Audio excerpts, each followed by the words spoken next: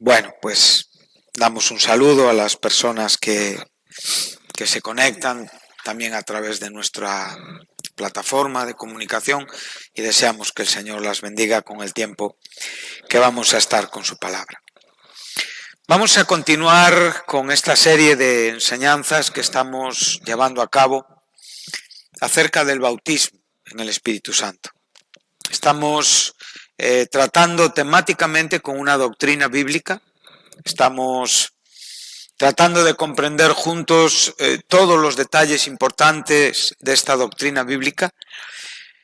Estamos también tratando de exponerlos respaldados por la propia Escritura y a la vez, como digo, exhortar y animar a los hermanos, a los creyentes, a los cristianos más jóvenes, a los cristianos más maduros, a buscar ese avivamiento en el corazón, ese fuego del Espíritu Santo que realmente marque una vida bien diferencial entre nosotros, para el bien de la Iglesia y, por supuesto, para que el mundo pueda oír y escuchar acerca del Evangelio.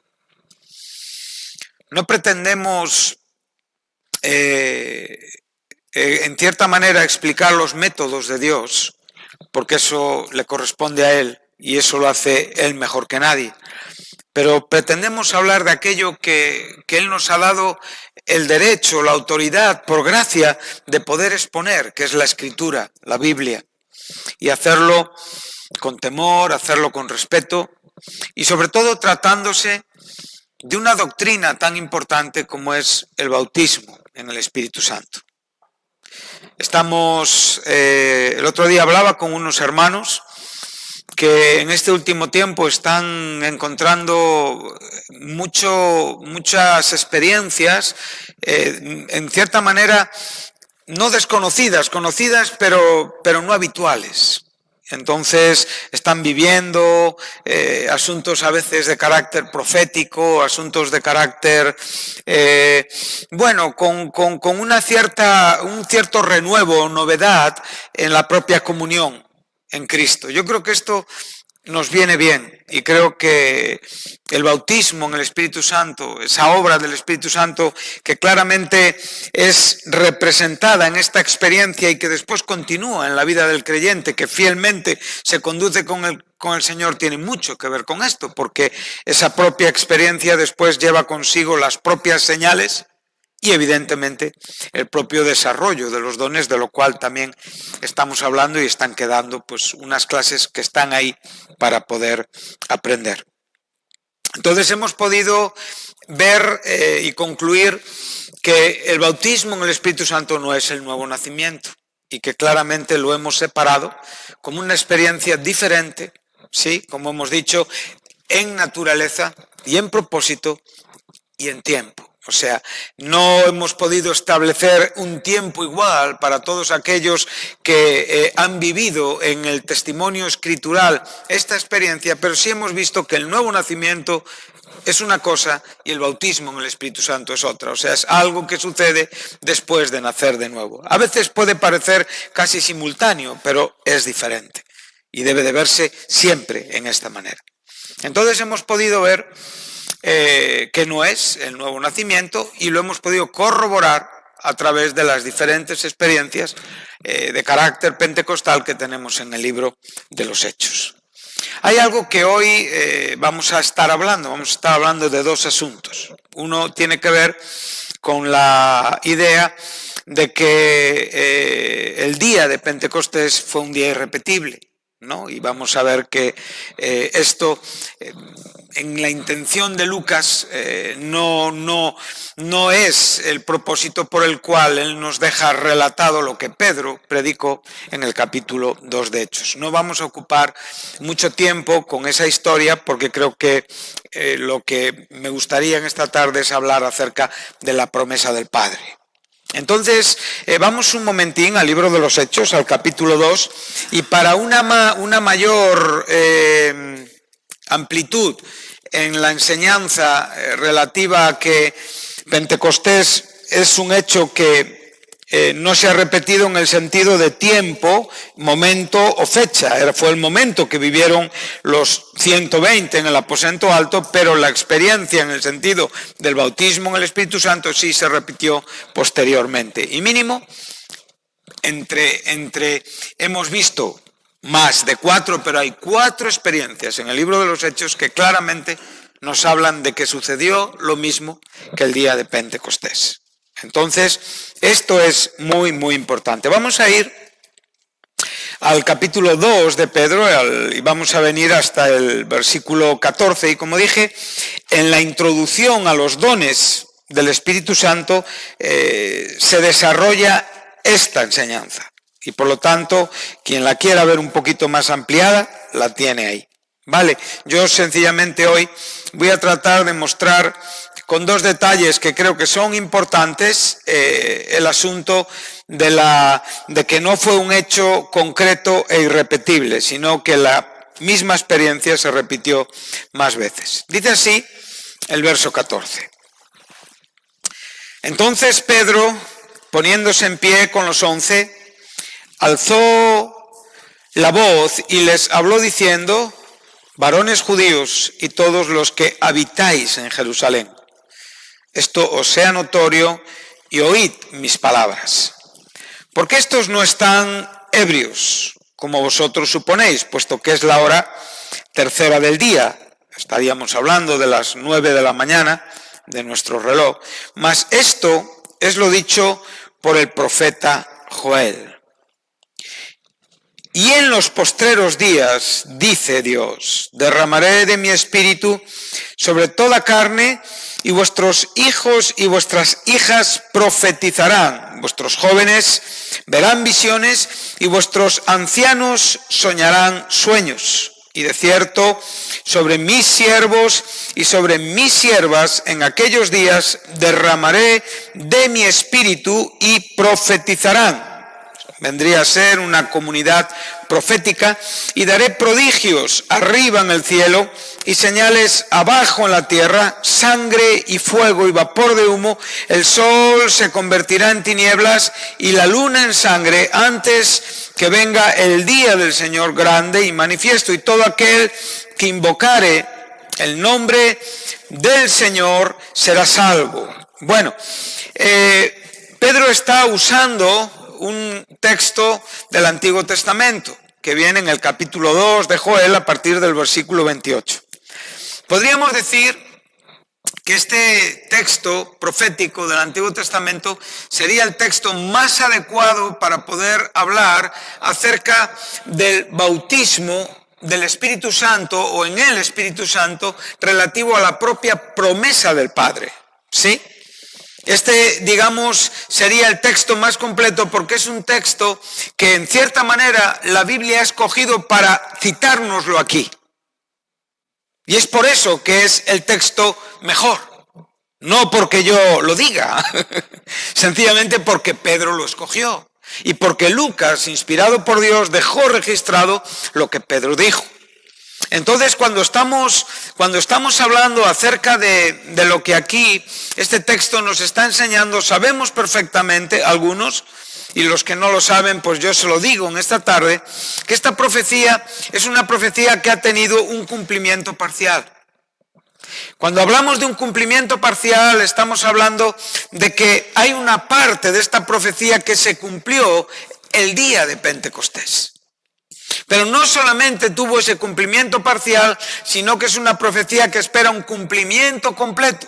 Y ese cumplimiento completo será llevado a cabo cuando Cristo, en su segunda venida, venga e Israel, en su experiencia de conversión, sea llena, sea bautizada, sea sobre ellos derramado el Espíritu Santo.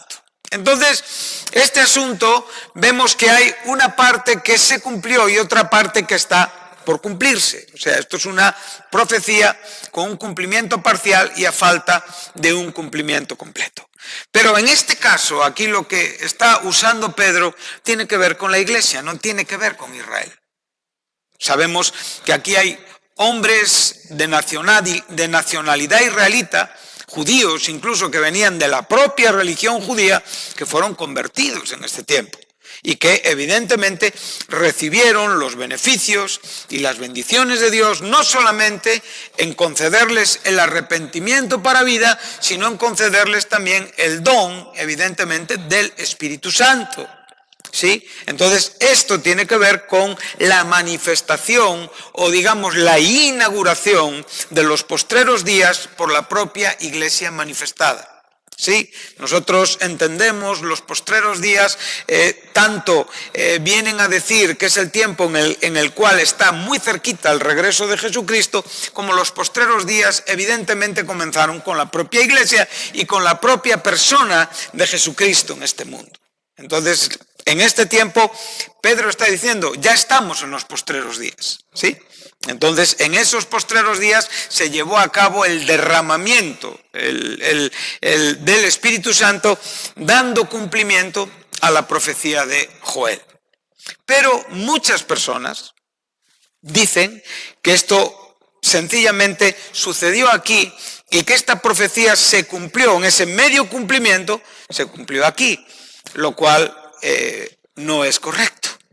Entonces, cuando estamos hablando de una profecía que realmente se ha cumplido íntegramente, o parte de esa profecía se ha cumplido íntegramente, la manera de exponer la profecía en cuanto a la propia palabra que la Escritura escoge varía un poquitín. Entonces, vamos a ver algunos textos. Por ejemplo, si vamos a Mateo 21, veremos la gran diferencia que tenemos en las propias palabras de Pedro y en las propias palabras de Mateo. Tenemos muchas profecías, pero bueno, vamos a escoger algunas porque no tendríamos tiempo en esta tarde para poder citarlas todas. Hay muchísimas y podéis buscarlas.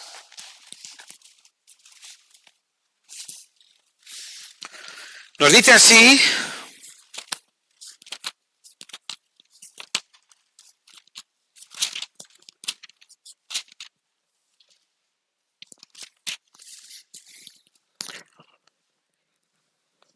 y todo esto aconteció para que se cumpliese lo dicho por el profeta. Observa cómo Pedro nos presenta en Lucas la profecía de Joel, que viene a decir, esto es lo dicho por el profeta Joel. O sea, podemos ver que la Escritura, en cierta manera, escoge frases o expresiones para darnos entendimiento de asuntos que son cumplidos en el momento que suceden en una manera irrepetible. Esto es algo importante. Lo que nos está enseñando Mateo es el cumplimiento de la profecía de Zacarías, capítulo 9, versículo 9, es el texto que va a usar del Antiguo Testamento, en el versículo 5, donde dice, decid a la hija de Sión, he aquí tu rey viene a ti, manso y sentado sobre un asna, sobre un pollino, hijo de animal de carga. Estamos hablando de la entrada triunfal en Jerusalén por parte de Jesús, ¿sí? Entonces, ¿qué nos está enseñando aquí Mateo? Mateo nos está diciendo que esta profecía no se cumplió a medias, que esta profecía no se va a volver a repetir, que esta profecía se cumplió perfecta y exactamente el día que Jesucristo entró en Jerusalén montado en su burrito, ¿sí? Vamos a ver otro texto para poder... Mateo 27.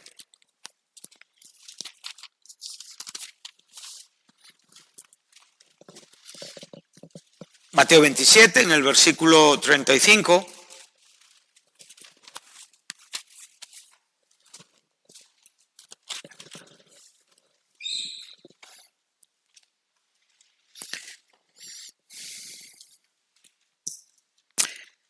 Estamos ya con Cristo en la cruz, y dice así, cuando le hubieron crucificado, repartieron entre sí sus vestidos, echando suertes, ¿sí? Y ahora, ¿qué dice? Para que se cumpliese lo dicho por el profeta. Partieron entre sí mis vestidos, y sobre mi ropa echaron suertes. Una vez más nos encontramos con otra profecía cumplida exactamente, perfectamente. O sea, no va a haber otro momento en la historia, no va a haber otro momento en la vida, no va a haber otra circunstancia similar que realmente nos haga pensar que esta profecía no se ha cumplido. Eso sucedió en el momento que repartieron a suertes las ropas de nuestro Señor Jesús cuando fue crucificado. Entonces, lo que podemos ver es que en ningún momento Pedro está escogiendo una expresión y la propia Escritura está escogiendo una expresión que nos está diciendo esto se cumplió aquí y se cumplió una vez y para siempre. De hecho, como digo, tenemos 4 experiencias: Samaria, Pablo, Cornelio y Éfeso, que claramente dicen exactamente lo mismo que Hechos 2:4. Por lo tanto, Pentecostés, en el sentido de lo que sucedió la primera vez que la iglesia fue bautizada con el Espíritu Santo, da cumplimiento a esa profecía. Pero esa profecía se sigue cumpliendo en la vida de los creyentes. Eso es una promesa de Dios que sencillamente no terminó ese día. Sigue repitiéndose, sigue reiterándose y los creyentes siguen siendo receptores de esta gran bendición de Dios. Amén. Entonces, esto es algo que debemos de tener en cuenta. Si Pedro hubiera querido decir que esto sucedió aquí y no se volvería a repetir, diría lo mismo que dijo Mateo acerca de las profecías que hemos citado anteriormente. Entonces podemos ver como con total y absoluta claridad Pedro viene a decir, esto es el cumplimiento de una profecía, pero de una profecía que está hablando de una experiencia que más creyentes van a repetir. ¿Por qué? Porque si tú vas un poquitín más adelante en todo el desarrollo de la predicación de Pedro, que es un discurso largo, nos encontramos con el verso 39 y nos está enseñando que esta promesa ¿es para quién? Para aquellos que en una manera inmediata la están escuchando, no solamente para los que en una manera inmediata la están escuchando, sino también para los hijos y para todos los que están lejos, para cuantos el Señor, nuestro Dios, llamare. O sea, esta promesa, ¿qué promesa? Bueno, la promesa de la salvación. La promesa de ser bautizados en el nombre del Señor Jesucristo y la promesa del don del Espíritu Santo, la promesa del bautismo en el Espíritu Santo. Amén. Entonces podemos ver que Pedro en ningún momento está diciendo que eso sucedió ahí para no volver a experimentarse por nadie. Entonces vemos que es un error el decir que Joel o ese cumplimiento parcial sucedió el día de Pentecostés para aquellos 120 y no se repitió para ningún cristiano nunca más. Esto es un gran error. Sabemos que lo que sucedió fue como una inauguración cumplimental de la primera experiencia bautismal en el Espíritu Santo. Pero hasta el día de hoy, muchos creyentes siguen siendo bautizados en el Espíritu Santo. ¿Sí? Como muchos creyentes siguen naciendo de nuevo. Como muchos creyentes siguen recibiendo la bendición de Cristo, de su muerte y de su resurrección. Un hecho consumado, pero que a día de hoy todavía muchos hombres y mujeres nacen a una nueva existencia por esta bendita verdad. Por lo tanto, animémonos porque no fue solamente para estos 120, es para nosotros también. Amén. Bueno, pues vamos ahora al siguiente punto. Creo que no hemos ocupado mucho tiempo, creo que era importante. Entonces con esto terminamos el aspecto acerca de lo que no es. Entonces ahora vamos al punto de lo que es. ¿Qué es el bautismo en el Espíritu Santo? No es el nuevo nacimiento, hemos corregido el error de que no es para nadie más. Lo vemos en otra manera. Ahora vamos a establecer lo que es. Bueno, yo he escogido 4 aspectos que tú debes de anotar. Es una experiencia. Eso es, ponle una letra A, el número 1, lo que tú quieras. Es una experiencia. Número 2, es la promesa del Padre. Número 3, es un mandato del Señor. Número 4, es el don del Padre y del Hijo.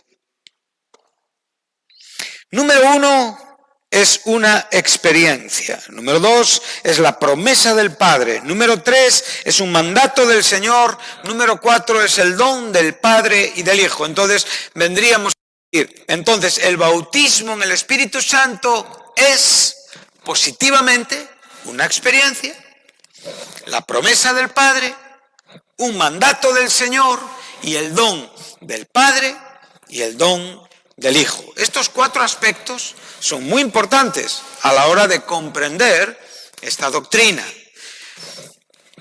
Del primer punto no vamos a hablar porque ya hemos hablado mucho. Entonces ahora no necesitamos desarrollar lo que ya hemos desarrollado en estudios anteriores. Vamos a hablar un poco del segundo punto, la promesa del Padre. La promesa del Padre, en cierta manera, la unes con el don del Padre y con el don del Hijo. Y aquí vamos a estar unos momentos para poder entender juntos estos asuntos tan importantes. Bueno, vamos a ir al capítulo 1 del libro de los Hechos y vamos a ir primeramente a Lucas 24, ahí vamos a tener, digamos, nuestros puntos de partida.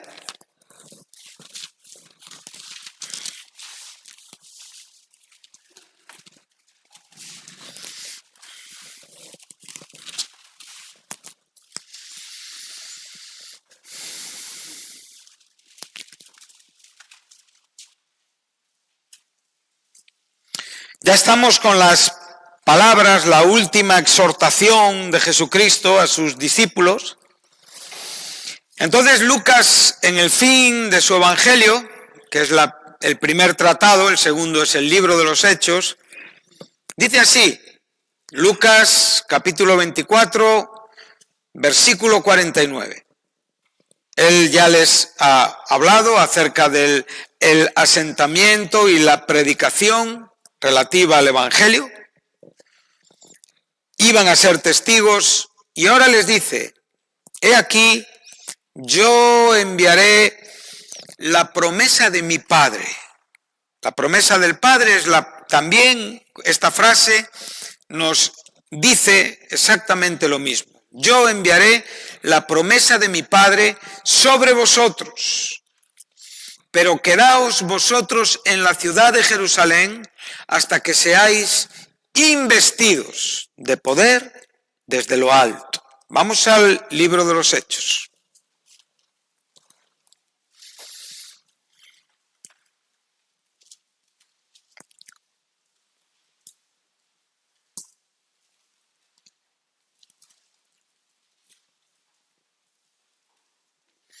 Así comienza en el primer tratado, versículo 1, en el Evangelio de Lucas. Él estuvo comenzando a hablar acerca de las cosas que Jesús comenzó a hacer y a enseñar. Hasta el día que fue recibido arriba, después de haber dado mandamientos por el Espíritu Santo a los apóstoles que había escogido. Espero hablar de este versículo el domingo, en el tema que nos está ocupando acerca de Cristo y su unción. A quienes también, después de haber padecido, se presentó vivo con muchas pruebas indubitables, apareciéndoseles durante 40 días y hablándoles acerca del reino de Dios. Cristo, esto también nos lo enseñan el capítulo 2 de Hebreos, creo que es en el versículo 4, para asegurarnos, sí, que es así, es exacto, es un paralelismo perfecto acerca de de lo que Jesús hizo durante estos 40 días, testificando con manifestaciones y pruebas que no generan ninguna duda, este es el término indubitable, apareciéndoseles durante 40 días y hablándoles acerca del reino de Dios. Esta expresión es importante, reino de Dios, ¿vale? El término reino siempre está ligado y relacionado con gobierno y con autoridad. ¿Sí? Entonces, cuando estamos hablando del reino de Dios, estamos hablando del gobierno y de la autoridad de Dios. Entonces, esto es importante en el propio pensamiento de los apóstoles. De hecho, posteriormente, ellos le van a hacer algunas preguntas acerca de este reino. Estas son cosas que están aquí que debemos de resaltarlas, ¿no? Ahora dice el verso 4, y estando juntos, aquí tenemos una palabra griega que es, aquí están como en una comida, ¿sí? La expresión es sinalizo, es comiendo sal con.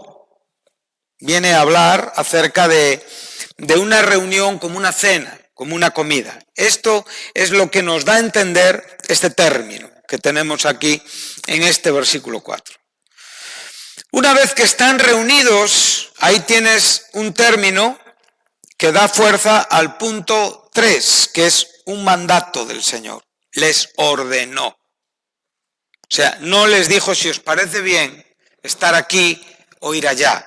Él les dio una orden, les dio un mandato. Aquí la palabra no deja lugar a dudas. Es un mandato que debe de cumplirse y hacerse tal y como está prescrito, tal y como está hablado. No da un lugar a una opinión o una interpretación. Aquí lo que Cristo está hablando es muy importante. Y se lo está diciendo a aquellos que van a establecer los fundamentos de la iglesia. No está hablando con cualquiera que se va encontrando por el camino, como a veces él fue encontrándose con personas con el camino y les sanaba, les hablaba, se les acercaban. Pero esas personas volvieron a su vida y sencillamente transcurrió la vida y no hubo más. Pero aquí él está hablando con los apóstoles, ¿sí? Y por lo tanto lo que Cristo está diciendo son fundamentos principales de lo que sería la iglesia incipiente, la iglesia naciente, la manifestación de la iglesia. O sea, lo que estos hombres iban a vivir tenía mucho que ver con lo que la iglesia es hoy, con lo que la propia palabra nos quiere enseñar. No es que Él les dice, mira, está bien, ¿cuántos sois? Sois 11, muy bien, ir 3 para aquí, 3 para allá y ocupamos todo el terreno de Palestina. Él no les dijo esto. Él sencillamente le dijo, todos juntos aquí. Cristo se apareció durante 40 días a los apóstoles. Y en esos 40 días pasaron muchas cosas desde que por primera vez comprobaron que la tumba estaba vacía. Mujeres, apóstoles, Pedro y Juan, estuvieron en Galilea, volvieron a bajar, hubo muchos movimientos que a veces cuesta establecer, digamos, el itinerario correcto para comprender. Pero evidentemente aquí ellos se encontraban en Jerusalén. Y Jerusalén para ellos Jerusalén significaba el lugar que maltrató a su maestro, a su Señor, a Jesucristo. Y el trato que él había recibido posiblemente sería el mismo trato que ellos recibirían, como así fue. Por lo tanto, la idea que Pedro podía tener, la idea que Juan podía tener, todos eran del norte. Y si vemos, una vez que Cristo muere y resucita en una de las situaciones al final del libro de Juan, nos encontramos que ellos están en Galilea y están pescando, donde ahí también Jesús se les apareció y evidentemente ahí les dio la comisión también. Pero lo que podemos ver es que en cierta manera ellos, aun cuando ya han sido visitados en ese temor, ya han sido cambiados en su propio cambio ontológico de naturaleza, en el propio registro que estuvimos hablando en el capítulo 20 de Juan, versículo 22, cuando sopló el Espíritu Santo sobre ellos. Pero en realidad ellos todavía no estaban investidos de poder. Y Cristo sabía quiénes eran. Eran hombres fáciles para volver atrás. Eran personas que podían perder de vista. Por eso Cristo durante 40 días invirtió tanto en ellos. Qué importante es entender esto. Muchas veces nuestras vidas no llegan a tener una experiencia como la que Dios busca para nosotros, porque no estamos quietos en ningún lugar. Nuestra mente está constantemente pensando en qué tengo que hacer. Centra tu mente en Dios. Centra tu mente en Cristo. Aprende a estar en intimidad con Él. Aprende a orar. A que tu mente tenga un único propósito y sea Él. Para que Él pueda hablarte y decirte lo que espera de ti y lo que quiere para ti. Jesús invirtió estos 40 días para darles entendimientos acerca del futuro. Y el futuro pasaba por la experiencia bautismal en el Espíritu Santo. Hoy muchos cristianos no muestran vida, no muestran fuego, sencillamente porque no estamos centrados en Dios. Dios es algo entre otras cosas. Él no es lo primero en el propósito, es lo primero en que le necesito para ser salvo, le necesito para vivir mi vida. Sí, todos estos conceptos, este es el gran engaño. Pensamos que esto es suficiente. Eso lo tenemos la mayoría de los que estamos aquí. Sabemos que sin Él no hacemos nada. Pero nuestra mente no ha aprendido a centrarse en Él, a obedecerle, a comprender qué quiere Él de mí y qué quiere Él de ti. Si Él quiere establecer un futuro para su gloria con la vida de los que estamos aquí, es necesario que oigamos su voz y que vayamos y estemos en el sitio correcto y concreto para recibir las instrucciones. Esto es lo que pasó aquí. Ellos cambiaban de planes enseguida. De un día para otro la mente les cambiaba. Hay muchos creyentes que no mantienen una línea, no hay una estabilidad, se desaniman con cualquier conversación, cualquier palabra, una decisión, un gesto, la mente se les trastorna. Y eso es porque el Espíritu Santo no está controlando esa vida. Es nuestra humanidad. Claro, nuestra humanidad cristiana. Pero Jesús sabía de esto. Y por eso les dijo, es ahí, es donde me crucificaron. ¿Por qué? Porque el Espíritu Santo tenía que venir a convencer de pecado, de justicia y de juicio. Y ellos tendrían que dar esas explicaciones como predicadores, como fundamentos y como expositores de la iglesia manifestada. Amén. Era el tiempo, por eso Jesús dice, es necesario, conviene que yo me vaya. Entonces cuando Cristo muere y resucita, durante todo ese tiempo, las pruebas indubitables es un continuo golpear por el Espíritu Santo, llevando al pueblo judío a comprender que se habían equivocado con Jesús, que Jesús era quien decía que era, que Él era Dios, que Él no era un cualquiera, no era un profeta aparente, era el profeta del que habían hablado todos los profetas, era el cumplimiento profético de todo el Antiguo Testamento y el Espíritu Santo lo estaba señalando. Y eso les llevó a arrepentirse. Por eso aquí el Espíritu Santo les convenció de pecado, de justicia y de juicio. Los primeros en ser convencidos fue el pueblo judío. Eso es lo primero que nos enseña Juan 16:7. A partir de ahí, verso 8, convencerá. Amén. Entonces Cristo está diciéndoles, es ahí. Y les ordena ahí. ¿Para qué? Para que no haya, evidentemente, una variación de planes. Y en ese momento, a lo largo de esos 40 días, entonces Cristo les va preparando. Y ahora les dice, quedaos aquí en Jerusalén. Qué bonito, ¿verdad? Y quedaros llenos de esperanza. Y quedaros llenos de expectativas.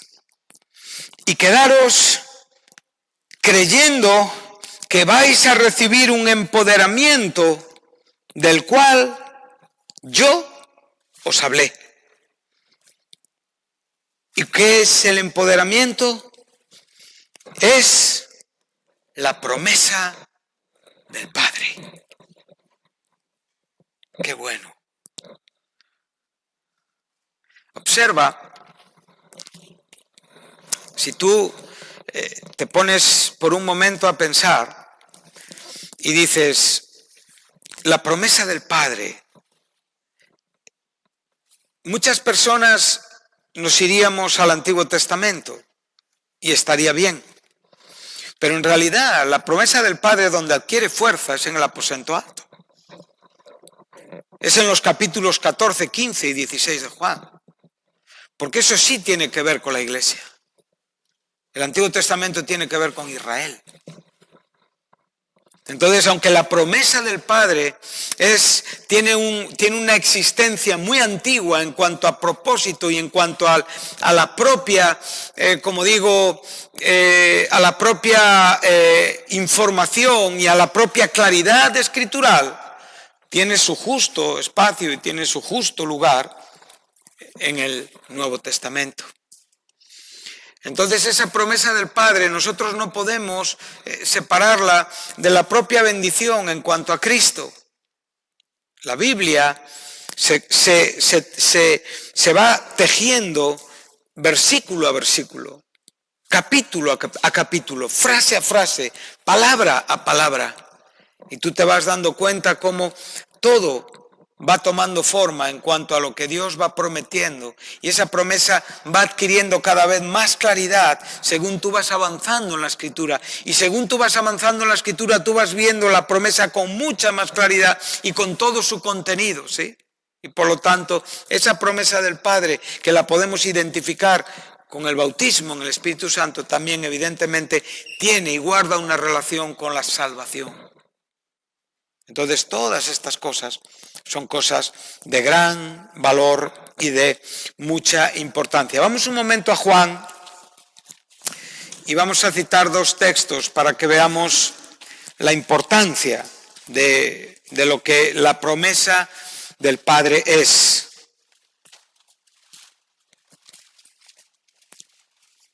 Juan 14, versículo 16 y Juan 15, versículo 26.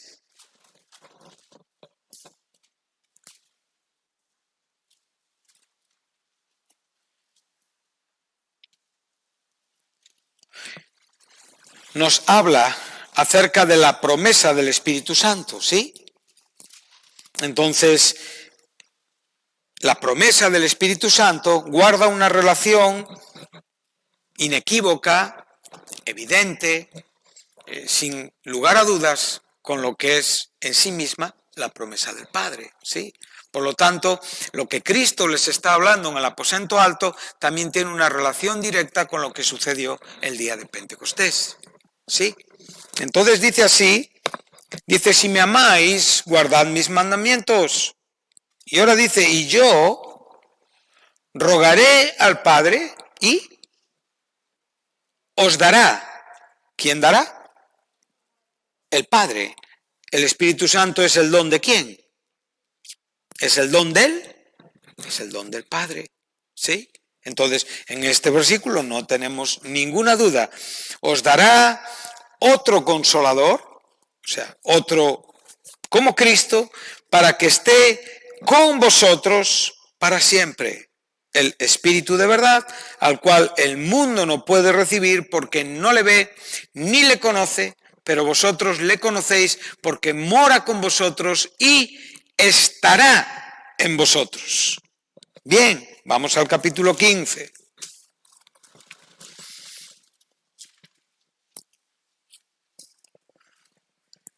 Pero cuando venga, 15:26, cuando venga el Consolador a quien yo os enviaré del Padre el Espíritu de verdad, el cual procede del Padre, Él dará testimonio acerca de mí. Y vosotros daréis testimonio también, porque habéis estado conmigo desde el principio. Entonces, aquí ya vemos en los siguientes versículos el convencimiento por parte del Espíritu Santo, pero vete al versículo 13.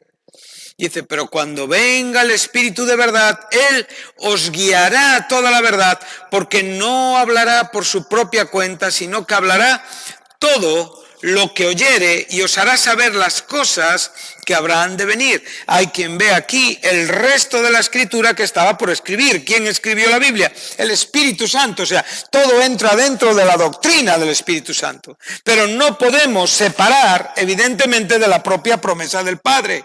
¿Por qué? Porque el Espíritu Santo está incluido en la promesa del Padre. Y aquí, en este versículo 26, ¿quién es el que da el Espíritu Santo? Es el Padre, el Hijo. ¿No dice así? Pero cuando venga el Paracleto, a quien yo os enviaré. ¿Quién está hablando? Es Jesús. Entonces, podemos ver que el Espíritu Santo, que el bautismo en el Espíritu Santo es un don, tanto del Padre como un don del Hijo. ¿Sí? Entonces, el Padre y el Hijo no los podemos separar. Forman parte de esta bendición. Hechos 2, en el versículo 33, tienes otro texto muy importante.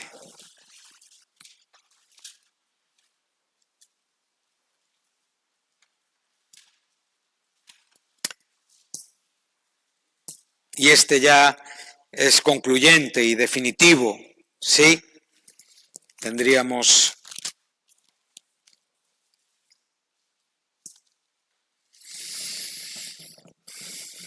así que estamos de nuevo en la predicación de Pedro, exaltado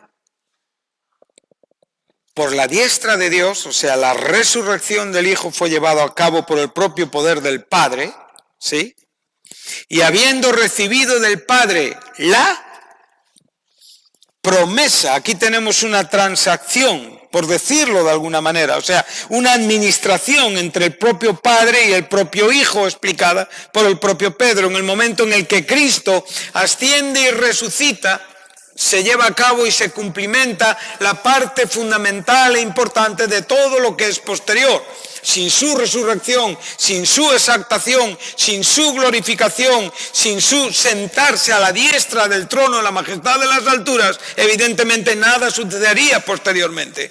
Pero es Cristo quien cumple con la parte fundamental del nuevo pacto, y en este momento el Padre le da la promesa ¿a quién? O sea, ¿con quién está comprometido el Padre? El Padre está comprometido con el Hijo, y por eso el Hijo promete la promesa del Padre a quienes realmente crean que lo van a recibir, porque Él es el garante.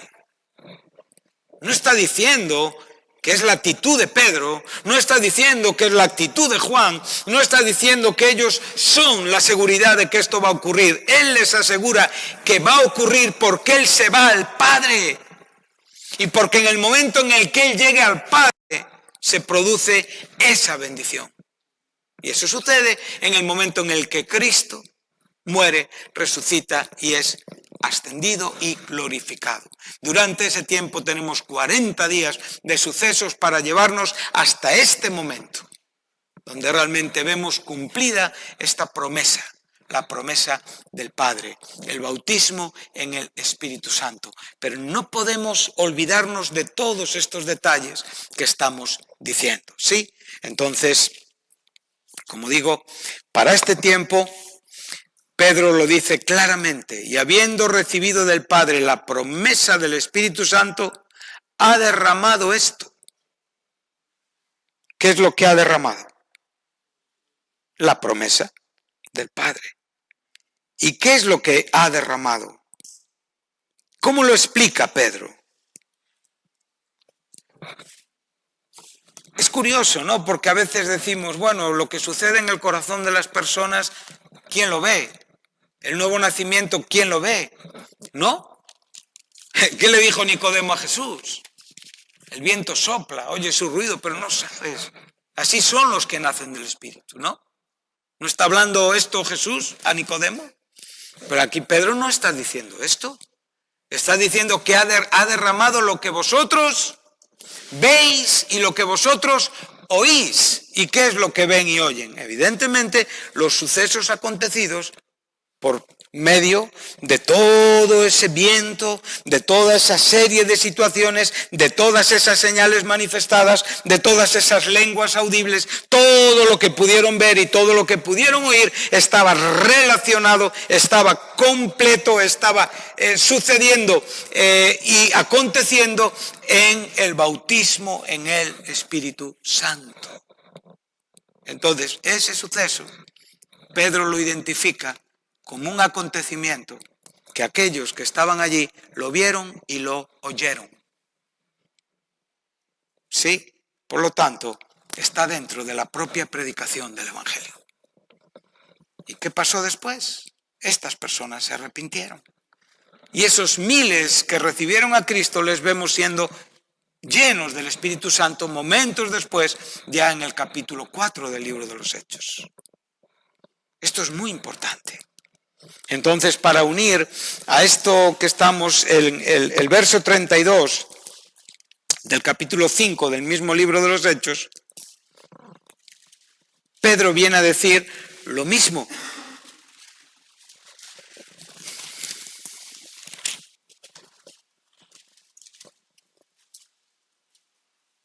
Ya están confrontando la batalla de la persecución y de la dificultad. Y ahora dice, a este, o sea, a quien el Dios de nuestros padres levantó y que vosotros crucificasteis y lo matasteis colgando de un madero, a este Dios otra vez usa lo mismo que hemos leído hace un momento. A este Dios ha exaltado con su diestra por príncipe y salvador para dar a Israel arrepentimiento y perdón de pecados. Y nosotros somos testigos suyos de estas cosas. Y también, ¿quién es testigo? El Espíritu Santo. El Espíritu Santo que se caracteriza, ¿por qué? Porque Dios lo ha dado ¿a quiénes? Lleva tus ojos a tu Biblia, no mires para mí, lleva tus ojos a tu Biblia. A los que le obedecen. O sea, aquí el término es muy sencillo, muy fácil, a aquellos que hacen caso. Por lo tanto, aquí podemos, para ir cerrando nuestra enseñanza hoy, aquí podemos ver primeramente que en estos 4 puntos que hemos visto, lo que es una experiencia, es la promesa del Padre, es un mandato del Señor y es el don del Padre y el don del Hijo. Y hemos visto cómo Cristo les está diciendo ir a Jerusalén y quedaos ahí, ¿sí? Esto guarda una relación muy directa con la bendición del Espíritu Santo. La fe nunca puede ser desobediente. Es imposible que Dios bendiga una fe que no es obediente. Porque la primera cara de la fe, el primer significado de la fe, el primer sentido de la fe, tiene que ver con la obediencia. Por eso por fe somos salvos por gracia mediante fe. Y con la fe que estamos haciendo, obedeciendo, creyendo al Señor y actuando en consecuencia, arrepintiéndonos. Por lo tanto, la obediencia es un asunto fundamental del corazón del creyente a la hora de recibir las bendiciones del cielo. Entonces, estos apóstoles obedecieron. ¿Qué hicieron? Fueron a Jerusalén, creyeron en las palabras de Jesús y esperaron la promesa del Padre. Y por eso la promesa del Padre se hizo realidad en el corazón de todos ellos. Y la promesa del Padre cambió por completo la vida de estos creyentes, de estos apóstoles, de estos discípulos. Por eso Pablo, que es el abortivo, el nacido fuera de tiempo, el que no pertenecía a este grupo, con tanta claridad nos enseña que nosotros estamos fundados sobre el fundamento de los apóstoles, siendo Jesucristo la principal piedra del ángulo. ¿En quien todo el edificio bien coordinado crece para ser un templo santo para el Señor? Y, evidentemente, todos nosotros somos juntamente edificados. ¿Con qué propósito? Evidentemente, experimentar, vivir la comunión que nos permite comprender lo que significa el crecimiento espiritual, el perfeccionamiento espiritual, la edificación espiritual de la Iglesia. Por lo tanto, Cristo sabía que estos hombres tenían que ser personas entendidas, que iban a fundamentar, iban a ser quienes predicarían el Evangelio. Yo sé que hay personas aquí que no han vivido esta experiencia. Pero una pregunta que se deben de hacer: ¿estás obedeciendo al Señor? ¿Estás creyendo en el Señor? ¿O sencillamente estás yendo para todos los lados sin saber lo que puedes estar perdiendo porque no estás con un corazón sometido a su palabra? Dios nos tiene que ayudar. Él tiene que ocupar nuestra mente, toda nuestra mente. Él tiene que ser todo, no tú, no tus expectativas. Él es el que sujeta tu miseria humana, mi miseria humana. Él es el que sujeta toda la imperfección, y si hay alguien imperfecto en la vida, ese eres tú. Comienza por ti siempre. Cada día que te levantes, mira al Señor y dile: yo soy el más imperfecto. Soy el más necesitado. Soy la persona más falible que hay. No puedo hacer nada. Y en esta declaración, tú estás disponiendo tu vida a que realmente Él te guíe y te lleve adelante. En la misma manera, el bautismo en el Espíritu Santo tiene que ver con la obediencia. No es una experiencia que hay que perseguir porque me va a dar una connotación espiritual. No es una experiencia que hay que perseguir porque parece ser que con esto voy a tener un elitismo espiritual. No, es una experiencia que hay que perseguir porque es la promesa de Dios, porque tiene que ver con la gracia de Dios, porque tiene que ver con lo que Dios tiene para mí, porque tiene que ver con las cosas que realmente me van a hacer feliz, porque tiene que ver con aquello que va a determinar mi futuro con un éxito cristiano. Es por esto que hay que hacer las cosas, no buscando una experiencia. Creo que a veces hay personas que se obcecan, se obsesionan con la experiencia y se olvidan del principio fundamental de la Escritura. Cristo sencillamente les dijo: ir y vais a recibir. Si tú vas a recibir. Porque Dios te va a equipar. Pero ¿quieres su equipación? ¿Deseas su equipación? ¿Anhelas su equipación? Si es así, el Señor es fiel. Y Cristo prometió lo que la Biblia hoy te promete en las propias palabras de Cristo. Solamente hazte esta pregunta: ¿estoy en una condición correcta para creer en Dios?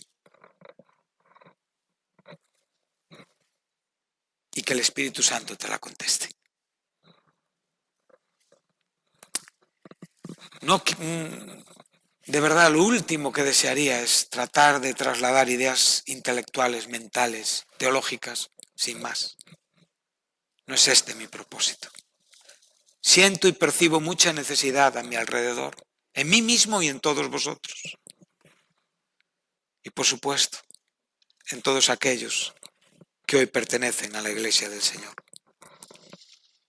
Necesitamos porciones dobles de su gracia y de su espíritu para poder vivir los tiempos que están llegando a este mundo.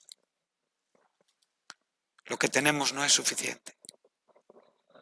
Le necesitamos a Él, siempre a Él, solo a Él. Y esto es lo que aprendieron estos apóstoles. La suficiencia, la soberanía, la omnipotencia, la grandeza de Dios que se derramaba sobre sus vidas. Por eso, Pedro dice, esto fue una gracia para quienes le obedecen. Qué bonito, ¿verdad? Qué bueno. Hasta aquí, en esta tarde, creo que hemos podido desarrollar parte de lo que esta